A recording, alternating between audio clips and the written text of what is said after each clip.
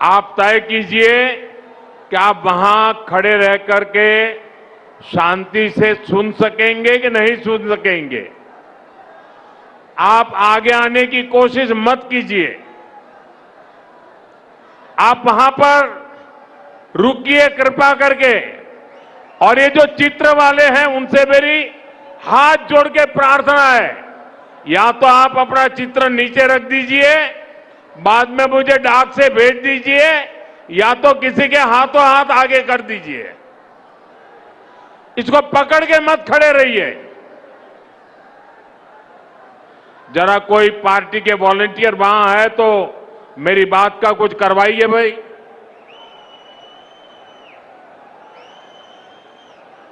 क्योंकि पीछे किसी को दिखता नहीं और उसके कारण लोग आवाज कर रहे हैं।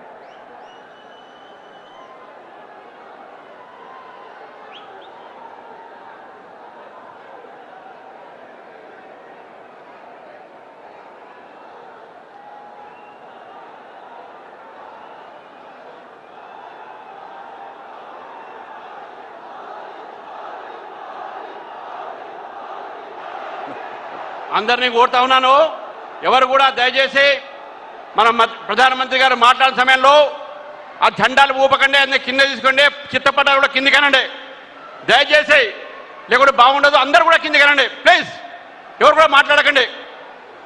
అందరూ చిత్రపటాలు కిందికి అనండి. ఎవరు కూడా ఫాస్ట్లో అదే పోస్టర్స్ కింద పెట్టండి, ఆ పోస్టర్స్ కిందికి పెట్టండి.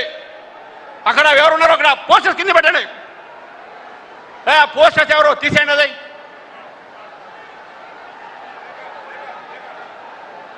तेलंगाना के मेरे भाइयों बहनों, मेरे नौजवान साथियों, ये आपका प्यार मेरे सर आंखों पर,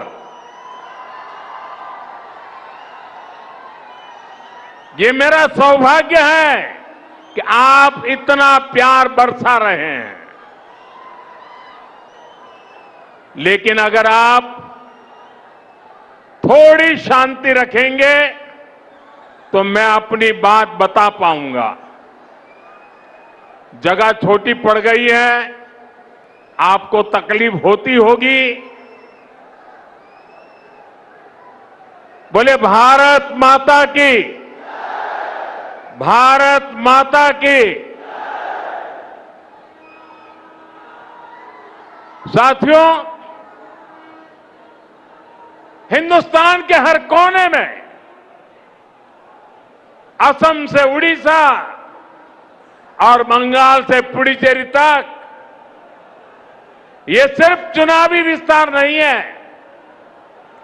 ये भारत के राजनीतिक मानस में आए उस परिवर्तन का संकेत है, जहां जनता अब वंशवाद नहीं, परिवारवाद नहीं, विश्वासवाद चुन रही है।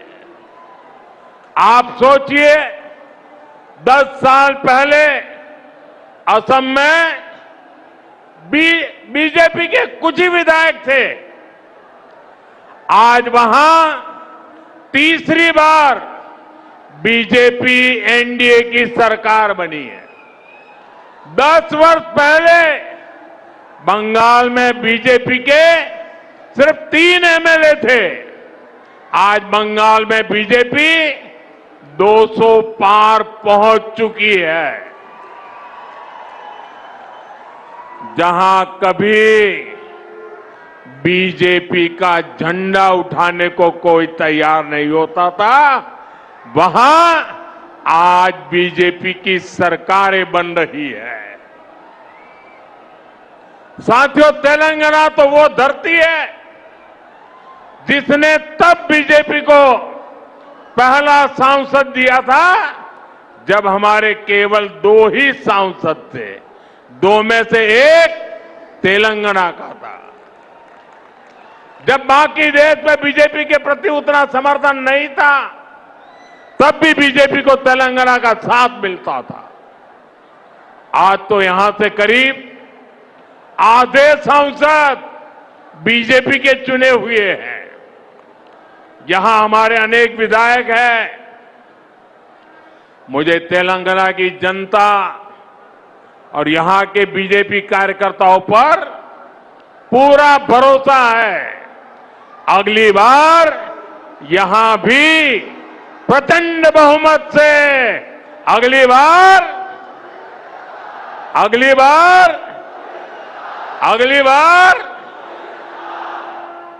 तेलंगाना के लोग कांग्रेस और बीआरएस की वादा खिलाफी और इनकी परिवारवादी राजनीति से तंग आ चुके हैं। इसलिए भी तेलंगाना की जनता बदलाव चाहती है। साथियों, बीजेपी का हमेशा ये मंत्र रहा है, राज्य के विकास से देश का विकास। आज जब भारत विकसित होने के लक्ष्य की तरफ तेजी से आगे बढ़ रहा है, तो तेलंगाना की भूमिका भी बहुत बड़ी है। हमारा तेलंगाना, हमारा हैदराबाद विकसित भारत की यात्रा को गति दे, ये केंद्र की बीजेपी सरकार का, एनडीए सरकार का निरंतर प्रयास है।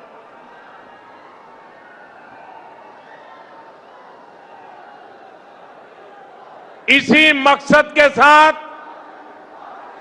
थोड़ी देर पहले मुझे हजारों करोड़ रुपए के प्रोजेक्ट्स का शिलान्यास करने का अवसर मिला। साथियों, अभी देश भर में 14 इंडस्ट्रियल कॉरिडोर पर काम चल रहा है। उसमें से एक यहां तेलंगाना में बनने जा रहा है। जहीराबाद इंडस्ट्रियल एरिया में व्हीकल मैन्युफैक्चरिंग से लेकर फूड प्रोसेसिंग तक इंडस्ट्री का एक आधुनिक इकोसिस्टम बन रहा है। ये लाखों युवाओं को रोजगार देने का काम है। ये इंडस्ट्रियल एरिया यहां के किसानों, यहां के मिडिल क्लास के लिए एक नया वरदान बनकर आएगा। साथियों, एक और उदाहरण टेक्सटाइल पार्क का भी है। पूरे देश के लिए 7 पीएम मित्र टेक्सटाइल पार्क स्वीकृत हुए। उनमें से भी एक यहां तेलंगाना में हमारे वारंगल में बन रहा है। ये तेलंगाना के कपड़ा उद्योग को नई बुलंदी देगा। यहां जो कॉटन फार्मर है, ये टेक्सटाइल पार्क उनके भाग्य को बदलने का काम करेगा और इसमें भी रोजगार के लाखों अवसर बनेंगे। साथियों, तेलंगाना के कॉटन किसानों के लिए एक और खुशखबरी है। हाल में ही कॉटन की प्रोडक्शन और क्वालिटी बढ़ाने के लिए केंद्र सरकार ने एक नए मिशन को स्वीकृति दी है। हजारों करोड़ रुपए के इस मिशन से यहां के लाखों कपास किसानों को मदद मिलेगी, किसानों की आय बढ़ेगी और टेक्सटाइल सेक्टर के लिए कपास के इंपोर्ट पर भारत की निर्भरता भी कम होगी। साथियों, बीजेपी का फोकस विकास पर, रोजगार निर्माण पर है, लेकिन कांग्रेस यहां क्या कर रही है, ये आप अच्छे से देख रहे हैं। देश के सिर्फ 3 राज्यों में ही अभी कांग्रेस के मुख्यमंत्री बचे हैं। सिर्फ 3 राज्य। कांग्रेस कहीं भी हो, इनका एक ही मॉडल है, पहले झूठ बोलो और फिर भूल जाओ। चुनाव जीतने के लिए आसमान से तारे तोड़ करके लाने के वादा करते हैं।